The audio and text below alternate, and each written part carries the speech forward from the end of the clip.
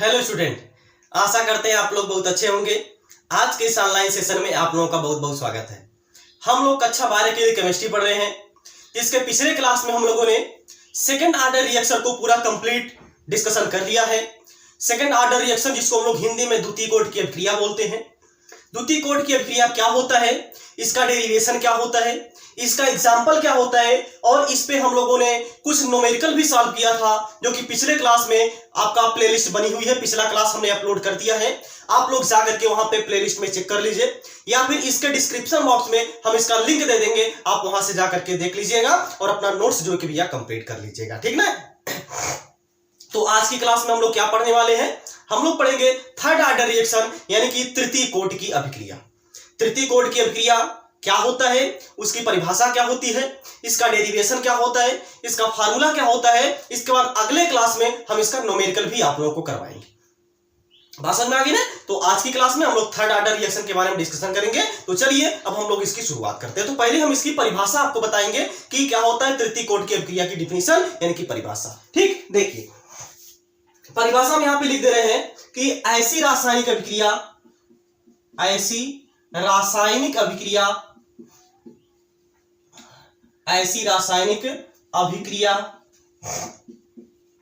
जिसमें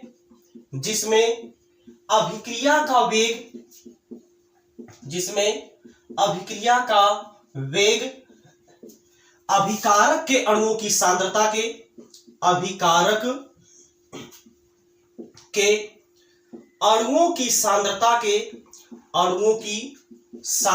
के तृतीय घात के समानुपाती होती है। तृतीय घात के समानुपाती होती है तो उसे तृतीय कोटि की अभिक्रिया कहते हैं। तृतीय कोटि की अभिक्रिया कहते हैं।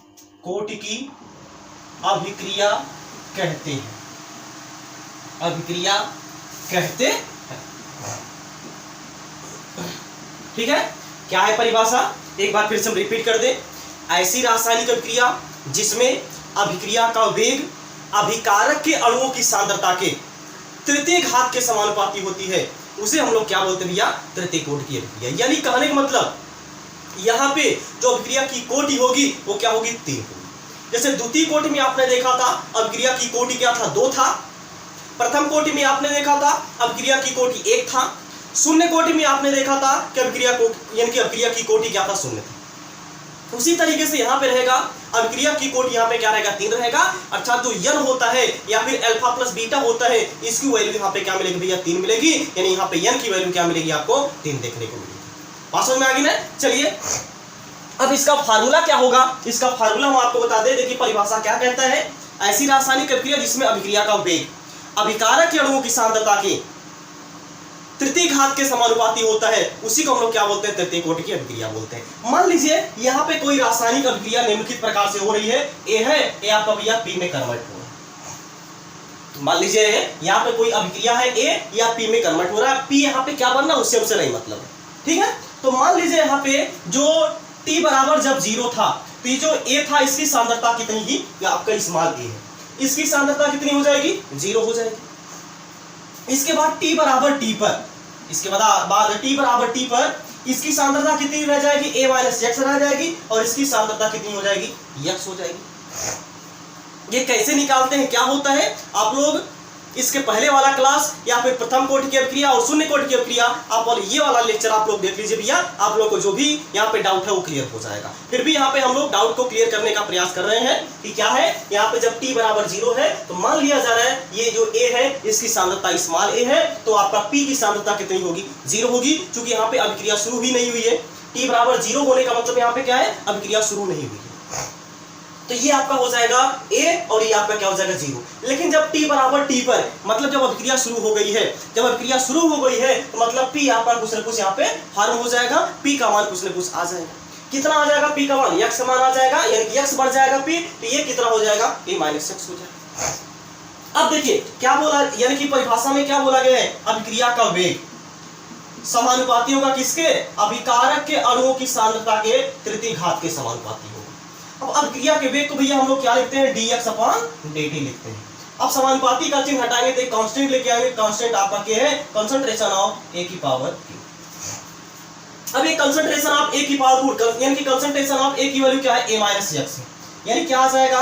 dx/dt इक्वल टू यहाँ पे आ जाएगा k इंटू ए माइनस x की पावर यहाँ पे क्या आ जाएगा? 3 आ जाएगा। इसको हम थोड़ा सा सेपरेट कर दें, यानी कि अलग अलग कर दें। ये आपको मिलेगा dx/a माइनस x को हम इधर लेके आ रहे हैं तो क्या मिलेगा? a माइनस x का होल क्यूब इक्वल टू यहाँ पे क्या मिलेगा? k और यहाँ पे क्या मिलेगा? dt। इसको कर दीजिए समीकरण नंबर। अब हमको क्या करना है? समीकरण नंबर 1 का आपको क्या करना है? समाकलन करना है दोनों पक्षों का। क्या करना है? समीकरण 1 के दोनों पक्षों का यहाँ पे क्या करना है? समाकलन करना है। और समाकलन करने के बाद हमको जो इक्वेशन आएगा वही आपका क्या होगा? तृतीय कोटि की अभिक्रिया के लिए समाकलित वेग समीकरण। बात समझ में आ गई ना? तो पहले इतना आप लोग नोट कर लीजिए, इसके बाद हम इसका डेरिवेशन आगे करें।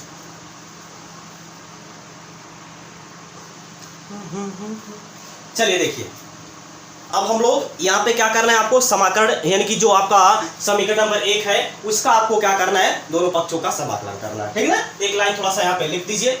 समीकरण 1 के दोनों पक्षों का समाकलन करने पर तो समाकलन कर दीजिए। तो समाकलन करने पर यहाँ पे क्या मिल जाएगा? समाकलन का यहाँ पे साइन लगाएंगे, क्या हो जाएगा? dx/a माइनस x का होल क्यूब इक्वल टू के कांस्टेंट है तो ये बाहर हो जाएगा, समाकलन ऑफ dt। अब देखिए a माइनस x का जो पावर 3 है इसको हम ऊपर लेके चले जा रहे हैं ना, ये हो जाएगा a माइनस x की पावर -3 इक्वल टू यहाँ पे क्या मिलेगा? k इंटू समाकलन ऑफ dt। अब देखिए a माइनस x का जो समाकलन होता है वो यहाँ पे क्या हो जाएगा? देखिए समाकलन करने का जो फार्मूला होता है वो क्या होता है? हमने पिछले क्लास में बताया था, यहाँ पे फिर से बता रहे हैं। जो समाकलन करने का फार्मूला होता है, समाकलन करने का जो फार्मूला होता है वो होता है x की पावर n+1 अपान होता है n+1। और जो अवकलन करने का जो फार्मूला होता है, वो होता है n x की पावर n-1, जहाँ पे n जो है वो आपका क्या है? घात है, यानी कि पावर है, ठीक है ना? तो पावर यहाँ पे कितना है? -3 है। तो क्या हो जाएगा? यानी कि a माइनस x की पावर n x हो गया, यानी कि x की पावर n+1, चूंकि हमको क्या करना है? इसका समाकलन करना है। तो x की पावर n+1, x के स्थान पर देखिए क्या है? a माइनस x है, और यहाँ पे n के स्थान पर क्या है? -3 है। क्या हो जाएगा? -3 और प्लस यहाँ पे क्या हो जाएगा? 1 अपान n+1 होता है, क्या हो जाएगा? अपान -3 और यहाँ पे प्लस क्या हो जाएगा? 1 हो जाएगा। अब एक चीज थोड़ा हमको ध्यान देना है, जो a माइनस x होता है इसका एक बार फिर से अवकलन भी करना होता है। जब इसका अवकलन करते हैं तो आता है -1, यहाँ पे क्या हो जाएगा? गुणे -1 इक्वल टू ये दोनों देखिए कैंसिल हो जाएगा, आपका क्या मिलेगा? kt, और एक कांस्टेंट पर हम अपने से यहाँ पे जोड़ देंगे जो कि यहाँ पे क्या होगा? c होगा। इसको जब हम लोग सॉल्व करेंगे ये देखिए क्या मिलेगा? a माइनस x की पावर -2 क्या मिलेगा? a माइनस x की पावर -2 अपान यहाँ पे क्या मिलेगा? -2 इनटू यहाँ पे क्या मिलेगा? -1 इक्वल टू क्या मिलेगा? kt और प्लस यहाँ पे क्या हो जाएगा? c यहाँ पे क्या है? समाकलन स्थिरांक है। आप लोग घबराइए ना, ये यानी कि मैथ का रूल होता है, समाकलन का रूल होता है कि जब हम लोग समाकलन करते हैं एक कांस्टेंट पर हम लोग अपने से जोड़ देते हैं। चाहे भैया आप अपना नाम नहीं लिख दीजिए, चाहे आप यानी कि अपने किसी पर्सनल का भी नाम लिख सकते हैं, कोई दिक्कत नहीं है। पर्सनल मतलब आप लोग समझ गए होंगे, ठीक है? तो आप सी का मतलब यहाँ पे ये एक क्या है? समाकलन स्थिरांक है। आप चाहे जिसका भी नाम यहाँ पे रख सकते हैं, चाहे जो भी यहाँ पे रख सकते हैं, ठीक है? अगर सी से आपका कुछ रिलेटिव का नाम आ रहा है तो आप सी रख सकते हैं, ए से आपका किसी रिलेटिव का नाम आ रहा है तो ये रख सकते हैं, यस से आपका किसी रिलेटिव का नाम आ रहा है तो आप लोग यस रखते हैं, मतलब ये आप कुछ भी रख सकते हैं, कोई दिक्कत नहीं, ठीक है? तो आपका सी जो है वो समाकलन स्थिरांक है। अब देखिए ये आपका माइनस और माइनस से आपका कैंसिल हो जाएगा। अब देखिए ये -2 है पावर, ये नीचे आएगा तो इसको आपकी यानी कि पावर क्या हो जाएगा? प्लस में हो जाएगा, यानी ये क्या हो जाएगा? इसको हम लोग लिख सकते हैं 1 अपान a माइनस x का स्क्वायर, और यहाँ पे तो 2 है ही, ठीक? इक्वल टू यहाँ पे क्या मिलेगा? kt और प्लस यहाँ पे क्या मिलेगा? c। इसको कर दीजिए समीकरण नंबर 2। अब हमको क्या करना है भैया? समीकरण नंबर 2 में जो c का मान है, c का मान हम लोग को कैलकुलेट करना है। c का मान हम लोग को कैलकुलेट करना है, तो c का मान कैसे कैलकुलेट करेंगे? हमेशा आपको ध्यान रखना है, जब भी आपको कांस्टेंट पद की वैल्यू चाहिए तो हमेशा आप लोग कहाँ पे जाएंगे? t बराबर 0 पर जाएंगे। कहाँ पे जाएंगे? t बराबर 0 पर जाएंगे, और जब t बराबर 0 पे जाएंगे तो वहाँ पे x बराबर भी क्या मिलता है? हमको 0 मिलता है। बात समझ में आ गई ना? अरे भाई यही तो था, आपका ए था, ये आपका पी में कन्वर्ट हो रहा था। जब टी इक्वल टू यहाँ पे 0 था, इसकी सांद्रता ए थी, इसकी 0 थी। लेकिन जब टी बराबर टी था तो इसकी सांद्रता क्या हो गई थी, ए माइनस यक्स हो गई थी, और इसकी सांद्रता कितनी हो गई थी, यक्स हो गई थी। यहाँ पे जब टी बराबर 0 हम लोग रख रहे हैं तो देखिए यहाँ पे पी की सांद्रता क्या है, 0 है, मतलब यहाँ पे यक्स का मान भी क्या है, 0। तो t बराबर 0 पर जाने पर आपका x का मान भी क्या हो जाता है, 0 हो जाता है। तो समीकरण 2 में हम लोग मान रख देंगे, क्या मान रखेंगे, t बराबर 0। समीकरण 2 में t बराबर 0 तथा x बराबर 0 रखने पर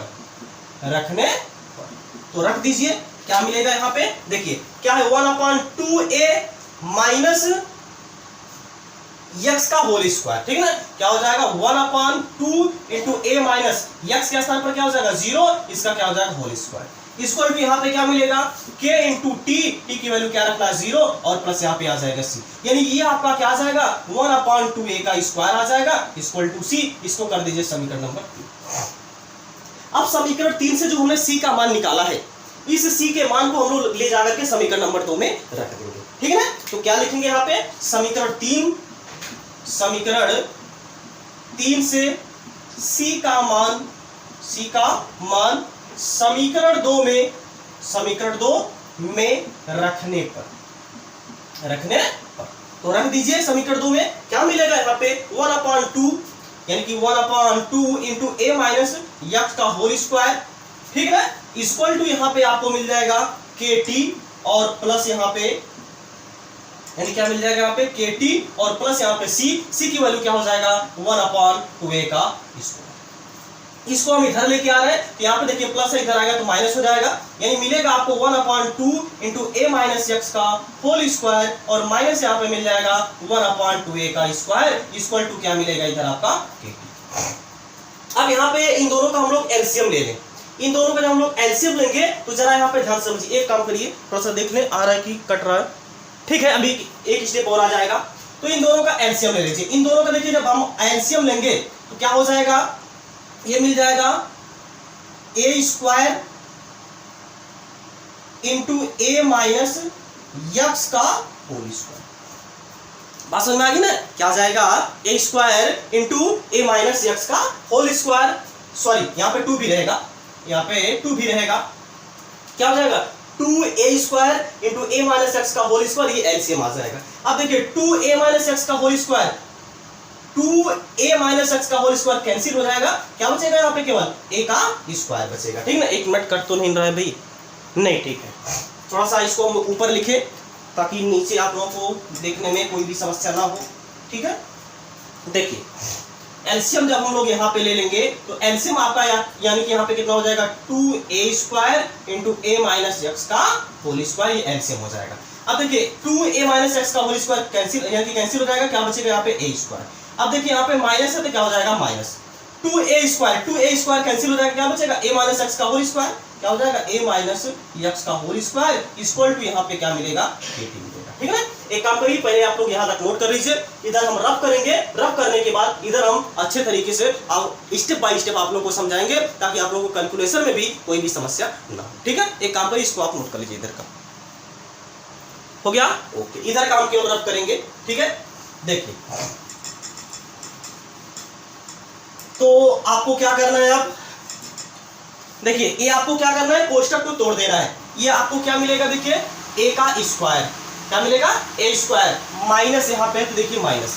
अब जरा आप ध्यान से देखिए a माइनस एक्स का होल स्क्वायर का फार्मूला लगा दीजिए। a माइनस एक्स का होल स्क्वायर यानी a माइनस बी का होल स्क्वायर का फार्मूला क्या होता है, a square plus b square minus 2ab होता है, यही है। तो लगा दीजिए, क्या हो जाएगा a square plus x square minus 2a x मिलेगा। अपन यहाँ पे क्या मिलेगा 2a स्क्वायर इंटू ए माइनस एक्स का होल स्क्वायर इक्वल टू यहाँ पे क्या मिलेगा kt मिलेगा। अब ये कोष्टक तोड़ दीजिए, ये कोष्टक तोड़ दीजिए, तो कोष्टक तोड़ेंगे तो क्या मिल जाएगा यहाँ पे a square minus a square और यहाँ पे भी माइनस हो जाएगा एक्स स्क्वायर और ये प्लस हो जाएगा 2a एक्स अपान यहाँ पे मिल जाएगा 2a स्क्वायर इंटू ए माइनस एक्स का होल स्क्वायर इक्वल टू क्या मिलेगा kt। देखिए ए स्क्वायर से कैंसिल हो जाएगा और यहाँ पे ये आपको हम प्लस वाला पहले लिख दे रहे हैं, तो हो जाएगा 2ax minus X square upon 2a square into ए माइनस एक्स का होल स्क्वायर इक्वल टू क्या मिल जाएगा kt। अब यहाँ पे हम लोग x कॉमन कर लेंगे, तो x कॉमन करेंगे क्या बचेगा आपका 2a माइनस एक्स बचेगा अपान 2a स्क्वायर इंटू कोष्टक में a माइनस एक्स का होल स्क्वायर इक्वल टू क्या मिलेगा kt। हमको k की वैल्यू चाहिए तो k इक्वल टू क्या हो जाएगा 1 अपॉन t इंटू कोष्टक में x into 2a minus X upon यहाँ पे क्या हो जाएगा 2a स्क्वायर इंटू ए माइनस एक्स का होल स्क्वायर। ये जो यहाँ पे आपको मिला है यही क्या है तृतीय कोटि की अभिक्रिया के लिए समाकलित वेग समीकरण। ठीक है ना, यहाँ पे थोड़ा सा स्पेस कम है, आप लोग एक काम करिए इसको पहले नोट कर लीजिए, नहीं तो फिर यहाँ पे हम लिख दे रहे हैं, नहीं ये काम करिए इसको पहले आप नोट करिए, यहाँ पे हम एक लाइन में लिख दे, इसको कर लीजिएगा आप लोग समीकरण नंबर कितना हो जाएगा, ये समीकरण नंबर 4 कर दीजिएगा। ठीक, आ जाइए यहाँ तक हो गया, ओके। चलिए इसके बाद समीकरण नंबर 4 को आप लिख दीजिए। समीकरण नंबर 4 को ही हम लोग क्या बोलते हैं तृतीय कोटि की अभिक्रिया के लिए समाकलित वेग समीकरण बोलते हैं। ठीक है ना, तो यहाँ पे लिख दीजिए कि समीकरण 4 को ही समीकरण 4 को ही समीकरण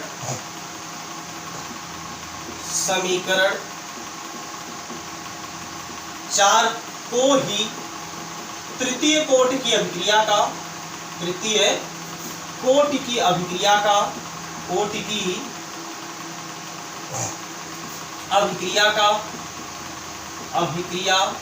का समाकलित वेग समीकरण कहते हैं, समाकलित वेग समीकरण कहते हैं, समीकरण कहते हैं।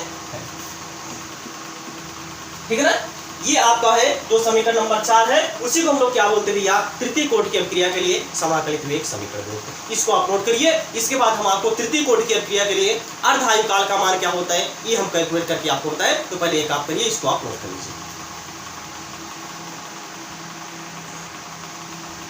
चलिए देखिए, अब आपको क्या करना है, अर्धायु काल निकालने के लिए आपको समीकरण नंबर 4 में t बराबर t हाफ तथा x बराबर a/2 रख देना है। ठीक है ना, तो क्या करेंगे, समीकरण 4 में t बराबर t हाफ तथा x बराबर a/2 रखने पर यही आपका समीकरण नंबर 4 है, इसमें रख दीजिए तो मिल जाएगा। इस टी हाफ को हम यानी इस टी को हम यहाँ पे कर देंगे, नहीं तो फिर चलिए ठीक है कोई दिक्कत नहीं। k equal to 1 upon t half हो जाएगा इंटू x इक्वल टू क्या रखना है a/2, यहाँ क्या हो जाएगा a/2 इंटू कोष्टक में 2a माइनस a/2 अपान यहाँ पे क्या मिल जाएगा 2a स्क्वायर इंटू कोष्टक में a माइनस a/2 का होल स्क्वायर। ठीक है, ये आपका मिल जाएगा। अब इसी को आपको सॉल्व करना है, इसी को सॉल्व कर लेंगे, जो आएगा वही इसके लिए अर्धायु काल का मान हो जाएगा। क्या इसको सॉल्व करेंगे, देखिए इस टी हाफ को हम यहाँ पे कर रहे हैं, के को यहाँ पे, तो ये हो जाएगा t half equal to 1 upon k. अब देखिए जरा, ये हो जाएगा a/2 इंटू कोष्टक में 2 दूना के 4a माइनस a के, यानी क्या हो जाएगा 3/2a हो जाएगा। बात तो समझिएगा, ये कैसे हो जाएगा, यहाँ पे देखिए इसका इसमें मल्टीप्लाई कराएंगे, a आपका माइनस है, क्या हो जाएगा 2 दूना के 4a और में से घटाएंगे तो 3a बचेगा, 3a बाई यहाँ पे क्या हो जाएगा 2 हो जाएगा। इसको आप चाहे तो ऐसे भी लिख सकते हैं 3a/2 अपान यहाँ पे क्या हो जाएगा, ये देखिए है 2a का स्क्वायर, ये हो जाएगा 2a माइनस a के, एक हो जाएगा आपका 1a का होल स्क्वायर, यानी कि a/2 का होल स्क्वायर हो जाएगा। ठीक है, चलिए देखिए इसके आगे क्या हो जाएगा, जरा यहाँ पे ध्यान से देखिएगा, आपका हो जाएगा t half equal to 1 upon k. अब देखिए इसका इसमें मल्टीप्लाई करेंगे क्या हो जाएगा 3a स्क्वायर हो जाएगा अपान 2 2 जा 4 हो जाएगा। ठीक है ना, और फिर यहाँ पे आपका अपान हो जाएगा, नहीं तो फिर इसको हम थोड़ा सा ऐसे लिख दे रहे हैं, ये आपका हो जाएगा यानी कि 3a स्क्वायर अपान यहाँ पे क्या मिलेगा 4 और यहाँ पे अपान मिल जाएगा, तो देखिए आपका 2a स्क्वायर और यहाँ पे इंटू a स्क्वायर और बाई यहाँ पे क्या मिल जाएगा 2 2 जा क्या हो जाएगा यहाँ पे 4 हो जाएगा। ठीक, अब इसको हम पलट दे रहे हैं तो आपका मिलेगा t half equal to 1 upon k into हो जाएगा 3a स्क्वायर बाई 4 इंटू यहाँ पे आपको मिलेगा 4 अपॉन 2a स्क्वायर इंटू यहाँ पे a स्क्वायर। ठीक है ना, यही आपको मिलेगा, या फिर डायरेक्ट हम a की पावर यहाँ पे 4 भी लिख सकते थे, ठीक, अब जरा यहाँ पे ध्यान से देखिए, ये 4 से कैंसिल हो जाएगा और यहाँ पे एक a स्क्वायर से कैंसिल हो जाएगा। आपको मिलेगा t half equal to 1 upon k, इधर हम लिख रहे हैं, ये मिलेगा आपको t हाफ इक्वल टू यहाँ पे क्या मिल जाएगा 1 अपॉन के इंटू यहाँ पे ऊपर देखिए क्या बचा हुआ है, केवल 3 बचा हुआ है, ठीक है ना, ऊपर आपका केवल 3 बचा हुआ है, ए हो जाएगा 3 अपॉन यहाँ पे नीचे देखिए क्या बचा हुआ है, ये 2 अभी बचा हुआ है, अपॉन 3/2 और यहाँ पे क्या हो जाएगा ए का स्क्वायर। बात समझ में आ गई ना, ये आपका यहाँ पे आ जाएगा, जरा यहाँ पे ध्यान से देखिएगा, यानी कि t half equal to 1 upon k 3a square,